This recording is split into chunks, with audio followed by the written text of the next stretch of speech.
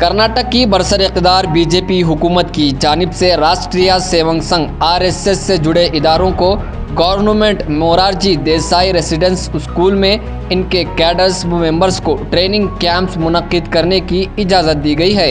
BJP हुकूमत के इस इक़दाम की अपोजिशन व SFI की जानिब से शदीद मजम्मत की गई।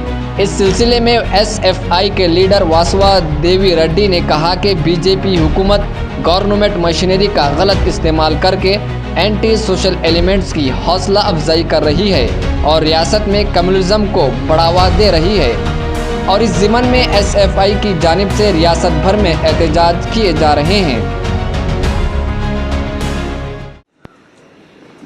RSS is misusing the state machinery to propagate its communal ideas.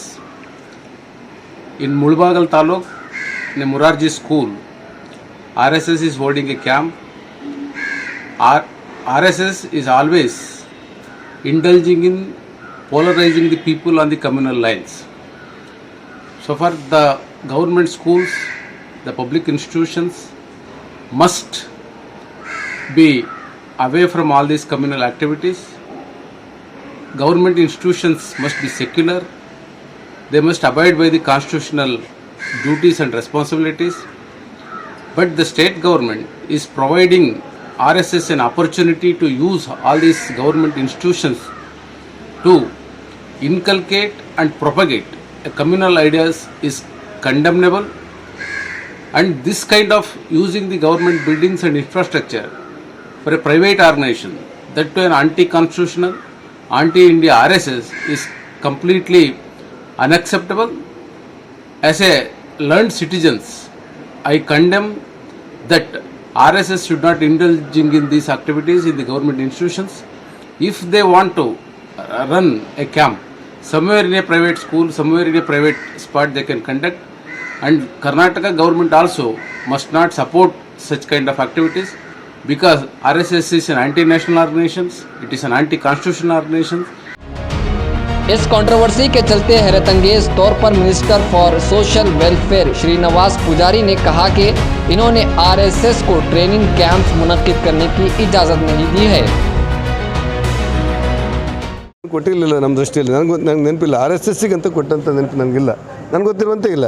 ಅದನ್ನು ಬಿಟ್ಟು ಯಾವುದೇ ಸಂಸ್ಥೆಗಳಿಗೆ ಕೊಟ್ಟಿರ್ತೇವೆ. RSS ಅವರು ಕೇಳಿದ್ದಿಲ್ಲ ಅಂತ ಅನಿಸುತ್ತೆ. RSS ಕೊಡಬೇಕಾ ಬಿಡಬೇಕು ಬೇರೆ ಯೋಚನೆ ಮಾಡೋಣ. ಅದರದ್ದು ನನಗೆ ಗೊತ್ತಿರುವಂತೆ ನಾವು RSSಗೆ ಕೇಳಿದಂಥ ನೆನಪಿಲ್ಲ ನನಗೆ. ಅದನ್ನು ಬಿಟ್ಟು ಬೇರೆ ಯಾವುದೇ ಸಂಘ ಸಂಸ್ಥೆಯವರು ಕೂಡ ಕೊಟ್ಟಿದ್ದೇವೆ. ಕೊಟ್ಟರಲ್ಲಿ ಏನೂ ತಪ್ಪಿಲ್ಲ. इस सिलसिले में कर्नाटक कांग्रेस के जनरल सेक्रेटरी मंसूर खान ने कहा कि बीजेपी का ये इक़दाम न सिर्फ मुल्क की जमहूरियत बल्कि समाज को भी डैमेज करेगा, लिहाजा हुकूमत इस फैसले को फौरी तौर पर वापस ले। और SFI के लीडर वासवा देवी रेड्डी ने कहा कि अगर बीजेपी हुकूमत इस फैसले को वापस नहीं लेती तो रियासत गिर एहतजाजात किए जाएंगे। ये बड़ी अफसोस की बात है, जो कोटा श्रीनिवास जो मिनिस्टर हैं ये गवर्नमेंट में, वो परमिशन दिए हैं RSS एफिलिएट्स को ट्रेनिंग कैंप्स करने, गवर्नमेंट रेजिडेंशियल स्कूल्स में ट्रेनिंग कैंप करने के लिए।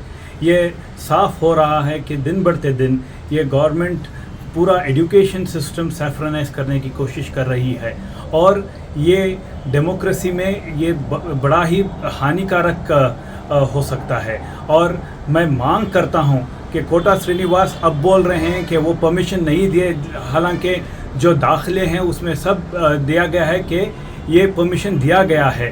इमीडिएट गवर्नमेंट को एक स्टेटमेंट देना चाहिए, क्लैरिफिकेशन देना चाहिए। अगर परमिशन दिया गया है RSS और उनके एफिलिएट को गवर्नमेंट रेजिडेंशियल स्कूल्स में ट्रेनिंग करने के लिए, ये विड्रॉ करना चाहिए। ये पूरा सोसाइटी को बहुत ही डैमेज करने की कोशिश कर रही है और ये गवर्नमेंट सिर्फ पोलराइजेशन और सैफ्रनाइजेशन एजुकेशन का करने की कोशिश कर रही है। मेरा डिमांड है गवर्नमेंट और चीफ मिनिस्टर और कोटा श्रीनिवास से एक प्रॉपर क्लैरिफिकेशन आए या उनका पोजीशन दे। अगर आपने चैनल को सब्सक्राइब नहीं किया है तो जरूर सब्सक्राइब करें, बेल आइकन भी प्रेस करें ताकि खबरें आप तक बर वक्त पहुंच सकें। मजीद अपडेट्स के लिए आप व्हाट्सएप ग्रुप भी ज्वाइन कर सकते हैं, लिंक डिस्क्रिप्शन में मौजूद है।